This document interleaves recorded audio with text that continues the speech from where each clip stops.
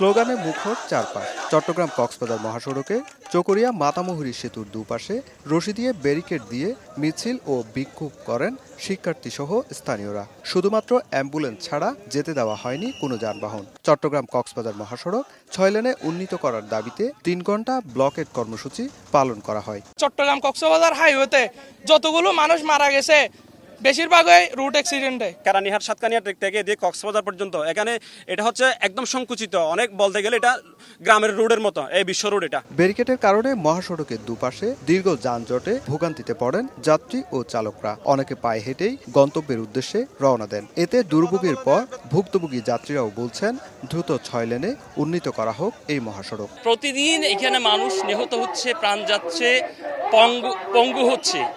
এটা থেকে কিছু কিছু অধিকার আসলে আমাদেরকে আদায় করে নিতে হয় বাধ্য করে সরকার।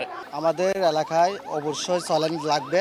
দাবি পূরণের আশ্বাস না পাওয়া পর্যন্ত কর্মসূচি চালিয়ে যাওয়ার ঘোষণা দেন আন্দোলনকারীরা। এদিকে অপ্রীতিকর ঘটনা এড়াতে মোতায়েন করা হয় আইনশৃঙ্খলা বাহিনীর বিপুল সদস্য। এক সপ্তাহ তারা আমাদেরকে যেটা আশ্বাস দিয়েছেন সেটা যদি তারা যথাযথভাবে তারা কোনো দৃশ্যমান কিছু দেখাতে না পারে তাহলে আবার রাজপথে নেমে যাওয়া। আমরা তো বলেছি যে কার্যক্রমগুলো চলছে, এটা আমরা ওদেরকে জানিয়েছি, তো আমার মনে হয় ওরা বুঝতে পেরেছে।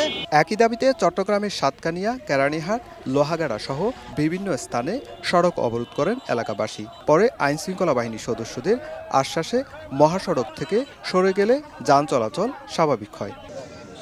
চট্টগ্রাম কক্সবাজার মহাসড়কে গেল 11 মাসে সড়ক দুর্ঘটনায় শতাধিক প্রাণহানি ঘটনাও ঘটে। সুজাউদ্দিন রুবেল, সময় সংবাদ, কক্সবাজার।